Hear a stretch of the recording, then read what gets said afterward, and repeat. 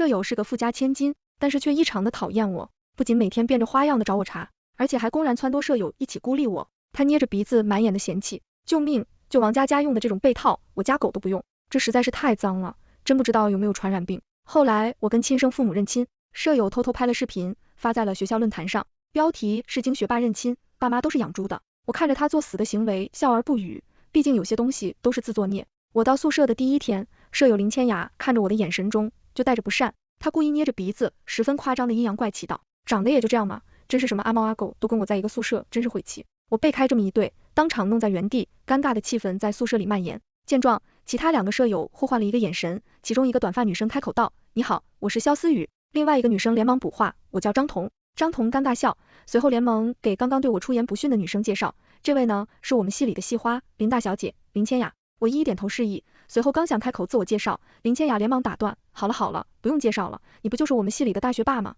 学校为了找你进来，又是学费减半，又是住宿全免的，有名的贫困生。后面的几个字，林千雅有意强调，明显是看不起我。我点点头，强压住心里的不舒服，开始铺床，见我没有太大的反应。林千雅耸了耸肩，一脸的无所谓，随后从自己的名牌包里随意的拿出几根口红，诺，这是给你们的见面礼，以后多多关照。他拿着口红在我们面前晃晃，表情泯灭，给人一种拿着骨头逗狗的感觉。我皱了皱眉，没去理会他们，专心的摆放着手里的东西。肖思雨立刻坚决出声，啊，千雅你真的太好了，这个颜色官网上都抢不到货页。张彤也是眼睛里亮晶晶的，看向林千雅的眼里满是讨好。2个人接过口红后就开启了彩虹屁模式，林千雅明显是很享受，似乎都飘飘然了起来。喂，你赶紧来拿啊，衣服穷酸样，不会没见过吧？随后林千雅像是被自己的话逗笑了，疼着肚子就开始疯狂大笑。尖锐的笑声刺痛我的耳膜，我面色越发的紧绷。等他情绪平静些，我才说，我不要。林千雅的声音陡然拔高，你不要。我正视他的眼神后点点头，他像是没有料到我会拒绝。林千雅猛地向我走了几步，又像是想到什么，嫌弃的又后退了些。你爱要不要？假清高。丢下这句话，他就出了门。林千雅走了之后，其他2个舍友连帮上前安慰我，大学吧，你忍忍就算了，这大小姐家里很有钱。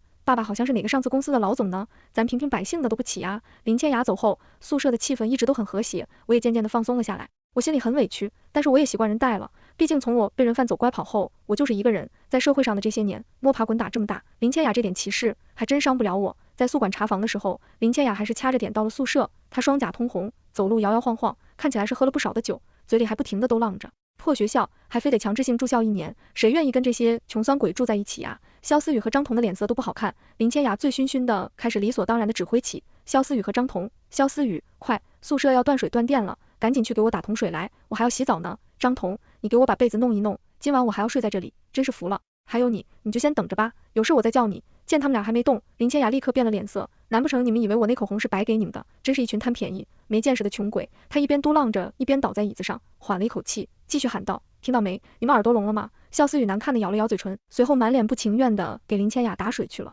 张彤见状也开始给她铺床，把这位大小姐伺候好消停了后，时间已经凌晨1点多了，2人默默对视一眼，不约而同的把今天上午的口红又放在了林千雅的桌子上。只是其他2个舍友想简单了，之后军训的几天，林千雅跟大小姐一样，指挥着他们做这做那，那口红我可没给你们，要是你们自己还给我的，既然不需要，那么就帮我做点别的事情。其他2个人是敢怒不敢言，只能什么事情都默默照做。几天下来，2个人是肉眼可见的怨气，只可惜林千雅看不见，因为一闲下来后，林千雅又把目光放在我身上。中午午休的时候，我刚躺下，林千雅就故作夸张的捂住鼻子，她捏着鼻子满眼的嫌弃，救命！就王佳佳用的这种被套，我家狗都不用，这实在是太脏了，真不知道有没有传染病。我躺下的动作一顿，目光悠悠的看着她，不要没事找事。她却立刻拿着盆去卫生间等了半盆水，然后捧着盆站在我身侧，要不给你洗洗。她的眼中满是恶意。没给我反应的时候，随后便毫不犹豫的将盆里的水泼在了我床上。我的被套是高中宿舍统一的，因为经济原因，我也没买新的，看起来是有些洗得发白，但也不至于有传染病。对于这种大小姐，我实在是不想忍。被套是棉质的，进水很快就湿掉了。我怒气满满的掀起被子，就盖在了她的头上。林千雅被盖到正着，尖叫不断，像是被鬼抓住了一般，疯狂大喊，王佳佳，我要弄死你，贱人！等她从被子里折腾出来的时候，哪里还有一点富家千金的模样，简直就像是一个女疯子一般。其他2个舍友看见后也没有帮忙，脸上满是幸灾乐祸。宿舍里都是上床下桌，林千雅因为嫌弃我，选择了一个离我最远的床位。我下床之后，把她床上的东西一卷，重新盖在我床上。几个人看着我行云流水的动作，目瞪口呆。等到我把林千雅的床铺的版本正后，她才反应过来，王佳佳，你知道我这床被子多贵吗？穷酸，这些东西都已经够立案了，我要告你偷窃。林千雅的声音发颤，一副被气急了的模样。我直接戴上耳塞转了个身，不再理会他的叫嚷，他只能崩溃大喊，打电话重新订，随后喊着其他2个大冤种社有帮他铺。你还真别说，这沟里安的床褥睡的就是香，这件事情也算是不了了之了。只是这件过后，林千雅明显是更加厌我了，路过我身边时总是明里暗里的贬低我几句，每次我都是戴上耳机认真学习。毕竟就他这么点攻击力，除了骂我几句还是骂我几句，根本就不敢上来碰我一下，可能是怕我有传染病吧，笑死。忽然感觉这个穷人也挺好的。军训结束后，林建雅几乎把自己所有的精力都放在了进学生会这件事情上，用他的话说来说就是大学是个人情社会，死读书是没有出路的，只有结实人脉才是重中之重。经过他的不懈努力，终于还是进了学生会。回来的那天，林前雅眉飞色舞，看见我看书的时候冷哼一声，我翻书的动作一顿，还是不明白为什么他会对我有这么大的敌意。就在这时，辅导员打来的电话，让我去了一趟办公室，我匆匆赶去，就看见了一对中年男女。他们看见我时，明显也很激动，胳不是止不住的颤抖。第一眼我就知道，他们是我爸妈。我在镜中无数次看着自己的长相，想象着爸妈的模样，而我的眼睛就很像不远处的中年女人。看见我的内壳，中年女人没忍住，一个大跨步就把我搂在怀里哭，孩子，我们找了你13年啊，我都是妈妈的错。这还是我第一次感受到了熟悉的踏实感，在他身上我感受到一种奇妙的激动，这大概就是血脉亲情。看到这一幕，辅导员退了出去，把空间留给了我们。男人也是站在一旁偷偷的抹眼泪。我僵硬的喊了一声妈，我妈听到这话，将我扭得更紧弦。等情绪缓和了，她才拉着我走到中年男人面前，哽咽着说，这是你爸，小时候你在的时候，他总是开货车跑货，1年也见不到几次，结果还没认得几次，就被人贩子拐跑了。我爸开箱我时眼中满是愧疚，看着他鬓角的根根白发，我鼻头一酸，哽咽着开了口，爸，哎，回来就好，回来就好。10几年没见，哪怕是最亲近的人都有些生疏。我们讨论了一下，准备一起吃个午饭。一路上，我妈抓我的手就没松过。我看着他们祈求衣服，就感觉家里的家庭条件不是很好。在我选择吃和饭的时候，爸妈眼中都是心疼。傻孩子，不用给我们省钱，我们家不穷，走，我们去吃火锅。我被他们软锅硬泡进了火锅店。进去后，我爸就开始了疯狂点菜模式。爸，这太多了，我们吃不掉，没关系，佳佳，找到你呀，我们高兴。今天不管爸花多少钱都高兴。我妈安抚性的拍了拍我的手，说道，佳佳，你爸真是高兴坏了，就让他点吧，实在不行，我们打包带回家。听到他们这么说，我只能无奈的点点头。沸腾的火锅也调动着我们周围的气氛。我妈小心翼翼的问道，这些年你过得怎么样？我看着沸腾的火锅，平静的说道，我被卖到了一户人家，那天晚上我就偷偷溜了，只是人生地不熟，走丢后对好心人送进了福利院子，记得自己教王佳佳。之后靠着社会上好心人一路自助上学，直到我有了独自养活自己的能力，在一个公益寻人的活动上留了自己的信息，想要找到你们。我妈再一次掩面抽泣，我连忙拿纸递给她安慰道，妈你别哭了，我现在不是好好的吗？腾腾升起的雾气中，我看见了我爸发红的眼眶。晚饭结束后，当我想在手机上偷偷买单的时候，才发现单已经结了。我爸感受到我的目光后，冲我得意的吊吊眉，佳佳，我们家真的不穷。是啊，佳佳，你爸为了找你有充足的资金，这些年来是一边找人一边做生意。我们家虽然算不上大富大贵，但是也算是走上小资。我妈乐呵呵的说完后，递给了我一张卡，这是一张副卡绑的，是你爸的号，想买什么就直接刷，不用心疼钱。听到了这话后，我有些震惊，但还是收下了卡。爸妈恋恋不舍的把我送到学校后就离开了。回到宿舍后，宿舍的氛围不大好，肖思雨和张彤一直在朝我使眼色。林千雅叉着腰像是故意在等我一样，她拿起早就准备好的香水，对我所在的位置喷了又喷，脸上尽是咸雾，臭死了，臭养猪的，真是受不了。王佳佳，我给你钱，你还是换个宿舍吧，我真是受不了你了。听到这话，我刚刚的好心情瞬间烟消云散。他说不，我可以，唯独不可以是我爸妈。刺鼻的香水味涌进鼻腔，瞬间头昏脑脏了起来。林千雅，你闭嘴，不要把没家教当作是高贵，你是人我也是。王佳佳，不要以为你找到爸妈你就腰杆子挺起来了，不过是臭养猪的，你神气什么呀？就你这种家庭条件，排名居然还在我前面。如果大家知道你们家是养猪的，看谁还喜欢你。这句话说完，他甩门而出。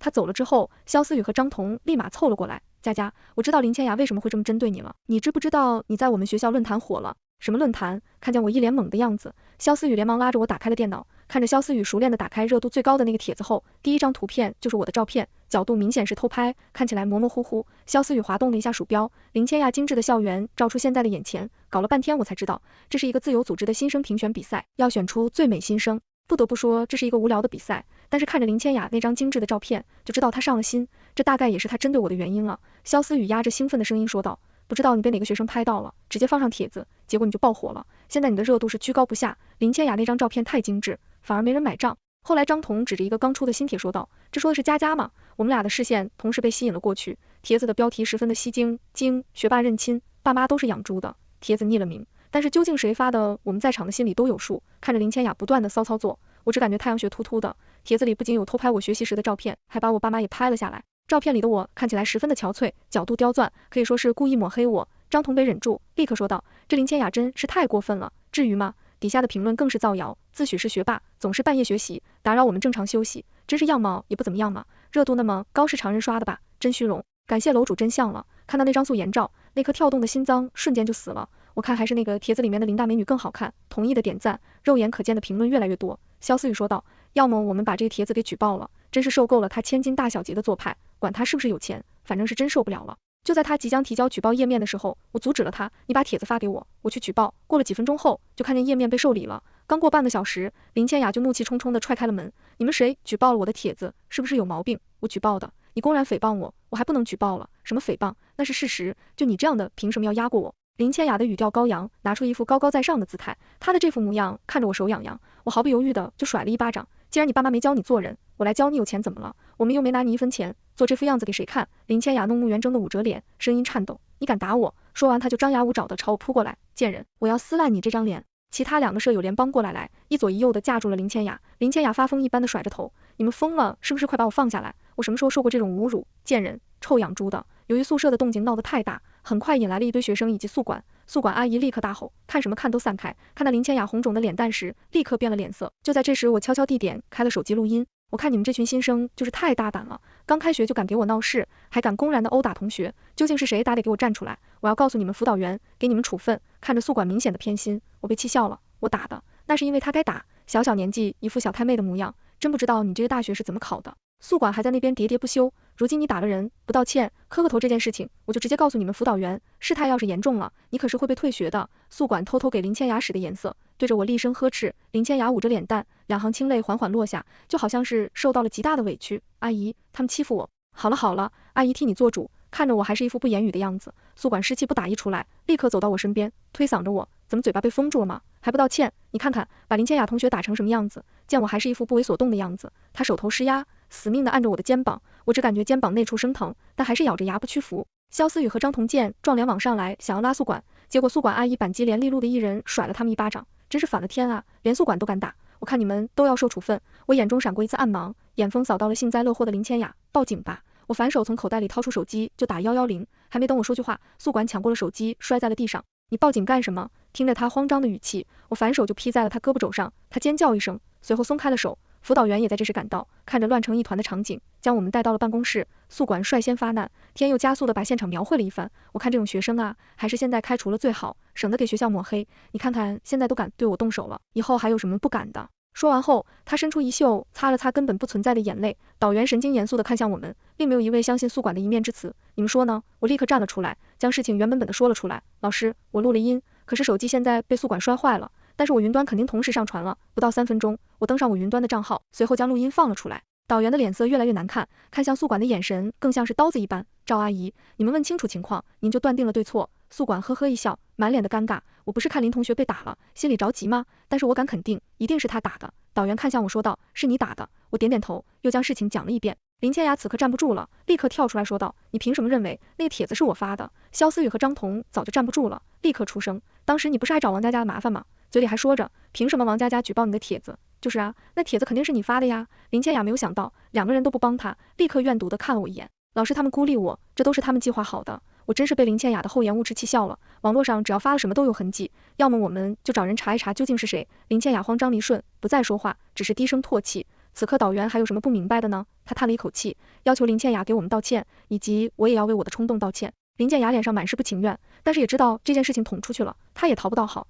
只能心不甘情不愿的说一声对不起，而我则是悠哉悠哉的说一声抱歉。这件事情也算是到了尾声，我看着其他2个舍友红肿的脸颊说道，阿姨，你没有搞清楚状况，就开始给我们扣帽子，还打了我的2个朋友，该赔偿的还是要赔偿的，不然我们也只能报警解决了。宿管欲哭无泪，但是在导员面前又不敢过多放肆，只能道完歉后又咬着牙给了1600，包括我手机的费用，摔得挺惨的，看起来是修不好了，所以是以2手价赔给我的。林千雅眼神阴毒，纷纷的看了我一眼后，转身甩门离开。我给肖思雨和张彤分别给了1000，对不起呀，要不是为了帮我，你们也不会挨打。看着转账，肖思雨和张彤都很高兴，哎呀，这有啥的，大家都是朋友嘛，况且你还帮我们多要800块呢，800就算是我们脸皮厚应该拿的，但是这200我们不能要。就是你怎么自己还贴钱呢？推3阻4的几番，他们怎么说都不肯收。此刻我的肚子饿得忽然咕噜咕噜的响了起来。肖思雨兴奋的说道，有主意了，我们拿着这份钱去吃火锅吧。一顿尽兴的晚餐吃完后，我又去买个手机，回到宿舍后，林千雅并没有回来，我们也是乐得自在。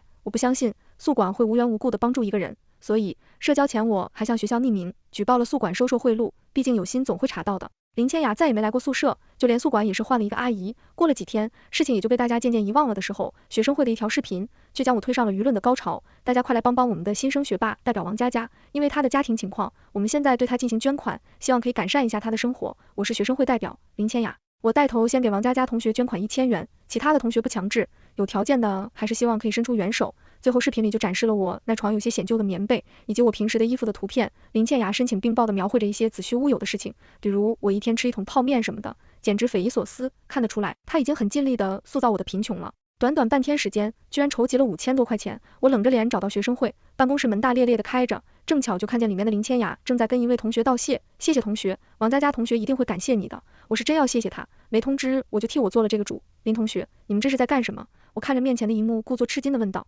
旁边的同学见状说道，林同学帮你募捐呢，说你有困难，咱们都是同学，佳佳你也不要自卑。林千雅像是为我着想般，语气中带着嗔怪，就是啊，佳佳这种事情不要自卑，我们大家都会帮助你的，况且我们还是舍友，怎么说我都是义不容辞。赵阿姨被人举报走后，我就一直很伤心，想要为大家做一点力所能及的事情。明明赵阿姨那么好的一个人，居然被非心肝的人举报，她家还有一个瘫痪在床的儿子，如今唯一的生机也没了。林倩雅流出了几滴鱼的眼泪，随后抽噎道，佳佳，我也是不想你过得那么苦而已，只是没跟你提前说，怕你不接受，你不会是来责怪我的吧？短短几句话，只相信很明显，就是想要给我套上一个白眼狼的帽子。果然周围的同学听完林千雅的话之后，看向我的时候眼神都变了。我不需要同学的捐款，我家里根本不。我话还没说完，就被林千雅打断了。佳佳，你什么都好，就是太倔强了，其实家里困难也是没什么的。林天涯的几句话给我打上了假清高、不近人情、嘴硬的标签，唯一就是油盐不进的说道，林同学，其实我家的家境还可以，你可以将这个活动放在更需要的人身上。林天涯的脸色立刻就变了，旁边就有同学看不下去，立刻说道，王佳佳，你家什么情况我们都知道，你没有必要这样。林同学也是好心，现在都已经筹集了这么多了，难不成还要让他全部退掉吗？就是啊，王同学，你总不能好赖不分吧？看着这么多人帮他说话，林千雅露出了一个不易察觉的笑容。林同学，你在我不知情的情况下给我筹集捐款，根本就是没有尊重我的个人意愿。这份钱我是不会要的，你看该怎么退给同学就退给同学吧，或者用它帮助更需要的同学。说完我就直接转身离开。这件事情并没有影响我的心情，因为该说的我都说完看。晚上我就和我爸一起约了一顿饭，结果就是因为一顿饭，我又在校园的论坛上火了起来，标题还是那样的吸睛爆，拒绝学生会捐款，竟是傍上大款。长得漂亮的女大学生都这样吧，这么假清高，帮她筹集捐款都不要，结果是被包养的，真是醉了。我们的钱不比她自己被包养来的正大光明，真是委屈了好心为她筹款的小姐姐。据说照片上的当事人当时可不见人情了，那位小姐姐一边哭一边退钱的，舍友肖思雨连忙上前观察我的表情，佳佳，你没事吧？他们这都是造谣。我无奈的摊摊手，我当然知道这是造谣，但是他就跟苍蝇一样围着我转，跟我一起吃饭的可是我爸也。显然肖思雨也很吃惊，这是你爸？你爸开几十 W 的奔驰。知道自己试验后，肖思雨捂住了自己的嘴，讪讪一笑，您家还挺低调的，要是把来龙去脉说清楚，还不是活脱脱的打林仙芽的脸吗？肖思雨似是见到了徐仙芽难堪的一幕，兴奋的眼睛曝光，连忙就在帖子底下开始澄清，图片里是我舍友，车里的他爸爸，请不要胡乱造谣了。肖思雨评论刚刚一发布，就瞬间被冲了。照片上的当事人给了你多少钱，让你这么洗，带到我呗，笑死，这个理由还挺稀奇，爸爸开这种车了，还要别人帮你筹卷，别太搞笑，真是你社容，一丘之貉，果然是什么人跟什么人玩。笑死于瞬间气炸了，当场就和那些人撕了起来，一边噼里啪啦的打着字，一边激情开麦输出。就连平时最稳重的张彤也参与了这场互联网互怼，看来这场闹剧只能用我爸这个终极武器了。我打个电话跟我爸说明了情况，他立刻拍板决定明天到学校里来。第二天，我爸在学校门口差点闪瞎了我的眼，明明是盛夏，他穿着 LV 的短袖，戴着手指般粗的大件链子，手上还拿着一个皮包，手上也是戴着金表，手指上也是金戒指，看起来就像是一个二流子。爸，你咋穿成这样啊？这不是想为你撑腰吗？行吧，不管咋样都是爱啊。我爸站在我旁边，那回头率是100%，轻车熟路的到了学生会后，我并没有看见林千雅的身影，问了问学生会里的同学才知道，林千雅要办理转宿舍手续，去了导员办公室。我又立马带着我老爹去了导员办公室，刚到门口就听见了里面的交谈声，周导员啊，你必须要给我个说法，我只是出差了半个月左右，我女儿居然就被别人打了，她从小到大我就没动过她一个手指头，我家千雅就是比较心善，才会被那几个女生欺负成这样，你说说。千雅说她家养猪的，家境不好，还想帮着她筹点钱，怎么就被戏弄成这样？你看看我家姑娘眼圈都哭肿的，是受了多少委屈，就那种坏女生就应该处分。我爸听到这是再也站不住了，立刻就十分大声的敲门，打断了女人的喋喋不休。老袁正被吵得头疼，立马说道，请进。在看见进来的是我们俩的时候，眼神中都是绝望，你家姑娘被欺负了。明明就是你家孩子欺负我家闺女，养猪的怎么了？就这么看不上？凭啥说我们家穷？随后，我爸还得意地晃了晃手上的金鸢，林千雅身边的女人毫无形象地翻了白眼，这是什么没有品位的暴发户？我率先向前了一步，将手里面的文件放在了导员的办公桌上。导员，你可以看看，这些造谣我的帖子都出自于一个人，你说是吧？林千雅。林千雅害怕地往后退缩了一步，王佳佳，你这是陷害，证据都摆在眼前了，我能陷害你什么？趁现在在学校的广播里跟我道歉，我就既往不咎，不然我可就报警了。这些证据足以让你受学校的处分，说不定还能进去蹲几天。听到我的话，林千雅的脸色瞬间苍白了不少。他妈听见我的威胁后，立刻冷哼出声，你现在的话算是威胁，信不信我找律师告你？我爸也不干示弱，我还要告你们家孩子呢，看把我闺女造谣成啥样了。林千雅的妈妈瞪了我一眼，随后对着我爸妈道，真是什么样的家长，用什么样的孩子，你们家孩子真是一点教养都没有。一句话成功点燃了我爸的怒火，整个办公室都陷入了一片争吵。此时办公室的门再次被敲响，看见男人后，林千雅的妈妈像是看见了救星，老公快来，就被他们欺负我们。男人气势汹汹地向我们走来，在看见我爸的那一刻愣住了，您是王总？我爸也明显的愣住了，似乎是在回忆面前的男人是谁。见我爸一直不说话，男人立刻万一要自我介绍道，我是那天在聚会上跟你握手的小林啊，还跟你的秘书留了联系方式来着。我爸只能尴尬的闹头，随后点头示意，然后像是意识到什么问道，这是你女儿吗？中年男人不明所以，诚恳的点了点头，是的，难不成是和你家千金闹什么矛盾？我爸还没说什么，林千雅的爸爸立马把林千雅粗鲁的拽到我爸面前，低声呵斥，快，还不快道歉？林千雅立刻委屈的尖叫出声，我才不要跟他们道歉。林千雅的妈妈也是不明所以，老公不就是个养猪了吗？你这是对女儿干啥呢？林千雅她爸话没说，直接利落地甩了女人一巴掌，杨门家家的懂什么？这里哪有你插嘴的份？最后又推扫林千雅，催促道，你倒是道歉啊，我怎么养出你这个东西？林千雅低垂着头，一言不吭，像是一个沉默的雕塑。谁也没想到事情会变成现在这个样子。我和我爸对视了一眼，我爸趁机说道，你去学习的广播台给我闺女道歉就行。林千雅紧握着拳，原本春风得意到现在变成了沉默寡言，而林千雅的妈妈就捂着脸站在一边，一句话都不敢说。于是，在导员的带领下，他们去了广播室。广播室的喇叭被打开，一声响亮的巴掌声响起后，就是一只女生的呜咽。林千雅的声音抽抽噎噎的响起，